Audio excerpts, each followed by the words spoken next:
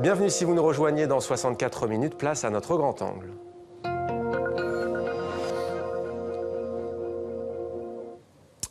Et question ce soir, vaste question, existe-t-elle ou n'existe-t-elle pas cette fameuse Suisse romande? Et l'identité romande, qu'en est-il au juste?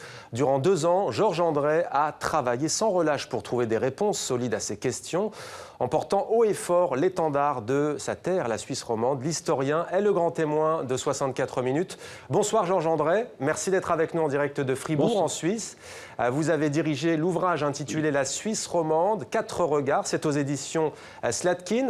Avant de vous donner la parole, si vous le voulez bien, et pour bien poser les termes de la discussion, nous allons voir comment notre partenaire suisse, la RTS, évoquait tout récemment la question de l'identité romande. Restez avec nous, on se retrouve juste après.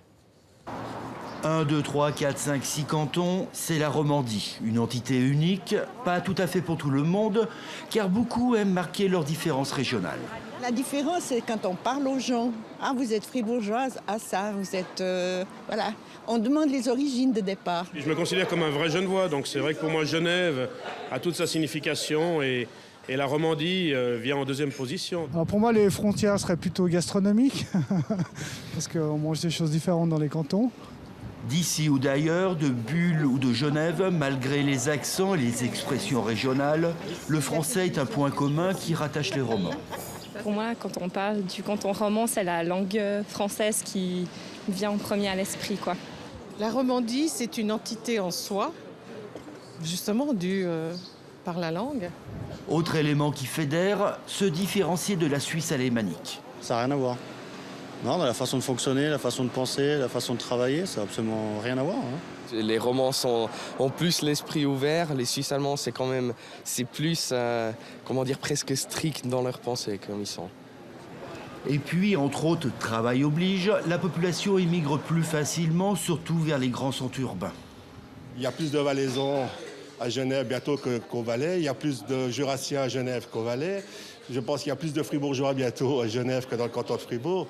Donc, ceci fait des liens et relie le tout. Petit bout de territoire, mais si grand en même temps par ces variétés qui forment tout, la Romandie.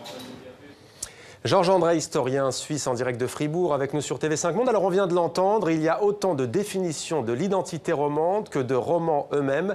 La langue française, la gastronomie, mais pas seulement, il y a également le territoire. Selon vous, quelle est l'approche la plus pertinente ? C'est quand même la langue. Donc, dans notre livre, donc écrit à quatre mains, on a défini la Suisse romande comme la région de Suisse dont le français est la langue dominante. Dominante, mais pas exclusive, parce que nous avons d'importantes communautés allophones, à commencer par des alémaniques, c'est-à-dire des Suisses qui parlent l'allemand, mais aussi, évidemment, d'importantes communautés étrangères, comme évidemment la communauté française, mais aussi, il faut savoir que la deuxième communauté étrangère actuellement en Suisse romande, eh bien, c'est la communauté portugaise. Donc, dans mon immeuble, par exemple, le concierge est portugais. Donc, la Suisse romande, elle est bel et bien un creuset, je dirais. C'est une espèce d'Europe en miniature. L'une des personnes interrogées dans le reportage que l'on vient de voir, Georges André, évoque la rivalité avec la Suisse alémanique. Dans quelle mesure l'identité romande évoque-t-elle cette rivalité avec la Suisse alémanique? Est-ce que cette Suisse romande, en tous les cas, s'est construite dans cette forme d'adversité? En partie parce que depuis l'Empire romain, n'est-ce pas? Il faut savoir que l'expression suisse romande, elle apparaît seulement au XVIIIe siècle. Et auparavant, on parlait plutôt de pays romans, mais les Romans deviennent vraiment suisses à partir de la fin du Moyen-Âge. Et effectivement, après les Romains, il y a eu des communautés importantes d'ordre germanique, c'est-à-dire des Alamans d'un côté et puis une autre communauté germanique de l'autre. Il y a eu un antagonisme au fond qui a commencé entre ces deux communautés germaniques en Suisse et au fond la communauté qu'on appelle aujourd'hui romande, elle a été justement romanisée, c'est-à-dire latinisée. Ça remonte quand même au plus haut Moyen-Âge. Donc il y a quand même une source profonde, et il faut quand même savoir aussi que dans l'Helvétie dite romaine, c'est-à-dire la capitale des Helvètes, était à Vanches, à Venticum. C'était une ville considérable. Les archéologues parlent aujourd'hui d'environ 60 000 habitants. C'est considérable. Nous sommes bel et bien les héritiers de cette Helvétie romaine. L'expression suisse romande, ça fait penser aussi peut-être... ce Romandie, ça fait penser à Normandie ou à Picardie. Ce D est supplétif, mais n'enlève rien à l'origine romaine de la Suisse romande. Alors, votre livre est un ouvrage collectif, on l'a dit, un ouvrage grand public également, qui donne de précieuses informations. Outre votre regard, il y a aussi les réflexions de Jean-Pierre Villard, ancien ambassadeur, François Chérix, qui travaille sur les questions de communication en politique, et puis Alexandre Papot, spécialiste du droit des langues. Et justement, à ce propos, on apprend qu'il y a 1 700 000 habitants en Suisse romande, dont une écrasante majorité de francophones, 1 300 000 francophones très précisément. En quoi ce que l'on appelle parfois la Romandie est-elle tournée historiquement vers la France? Vous venez donc de rappeler quelques éléments. En quoi il y a un ancrage envers le pays voisin qu'est la France? Eh bien, c'est fondamental. Donc la proximité linguistique est une chose qui font partie des 3 grandes communautés linguistiques. La Suisse alémanique, elle est évidemment frontalière de l'Allemagne, et la Suisse italienne, le Tessin, est frontalière de la Lombardie, de l'Italie. Donc il y a bel et bien nos grands voisins, la France, l'Allemagne, l'Italie, ont en Suisse, au fond, des communautés parentes qui pratiquent la même langue, en tout cas proches de la langue française en ce qui concerne les romans, quoique il a été dit tout à l'heure qu'effectivement il y a des parlers proprement franco-provençaux qui sont à l'origine des parlers romans, mais à partir du 19e siècle où on a éradiqué les patois, c'est évidemment la langue française qui l'a emporté en Suisse romande. Mais cela ne crée pas, il n'y a jamais eu de guerre des langues proprement dite entre les alémaniques et les romans notamment. Donc les romans étant la première, disons, la principale minorité en Suisse. On n'aime pas d'ailleurs employer ces termes de minorité parce qu'on est en démocratie et au fond les Suisses sont tous égaux entre eux, malgré leurs différences de langage. Georges André, on apprend par ailleurs, grâce à vous, que le terme propre, le terme de Romandie, est en fait populaire grâce au Tour cycliste, épreuve reine de la discipline. Le Tour de Romandie, c'est un terme qui vient d'ailleurs du français, Romandie. Expliquez-nous. Oui, justement. Donc, il y a des linguistes qui chicanent sur ce mot de Romandie, que ça vient de nulle part. C'est simplement une évolution naturelle de la langue. On n'aurait pas dit volontiers Romanie, quoi qu'on dise bel et bien Roumanie. C'est aussi les attaches romaines.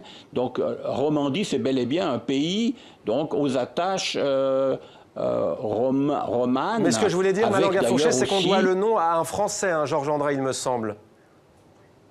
Un certain Samuel Rocheblave. Oui, alors Samuel Rocheblave, ça je l'ai découvert par les recherches qui sont possibles aujourd'hui à travers les programmes informatiques. Quand on informatise tous les journaux, on met Romandie et puis on va trouver, on remonte jusqu'à 1915. Alors, c'est quand même important parce que c'était un ami de la Suisse qui s'appelle Samuel Rocheblave, un brillant intellectuel français qui s'est exprimé longuement dans la Gazette de Lausanne, qui était le journal le plus lu probablement en France à l'époque, durant la Première Guerre mondiale. Et il s'exprime sur, au fond, l'amitié que les Suisses romandes ont pendant la Première Guerre mondiale pour la France et les pays de l'entente, c'est-à-dire l'Angleterre et la Russie alliés de la France, tandis que nos confédérés alémaniques étaient plutôt germanophiles, d'où une grave tension qu'il y a eu, ce qu'on a appelé le fossé des langues durant la Première Guerre mondiale. Ça a été une crise d'identité assez grave.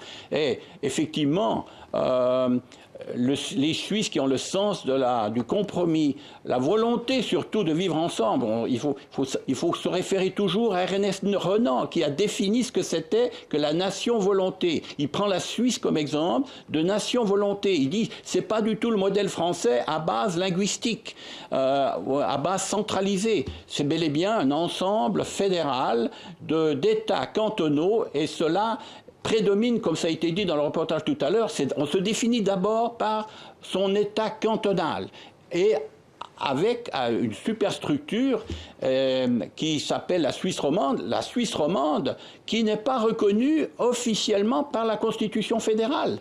Donc ça c'est quand même très important. Dans l'administration fédérale non plus, la Suisse romande n'existe pas. Il n'existe que des États cantonaux. C'est quand même un élément fondamental de l'existence de la Suisse d'aujourd'hui. Alors Georges André, on comprend que l'identité romande, Georges André, est en perpétuelle évolution, redéfinition en tout cas.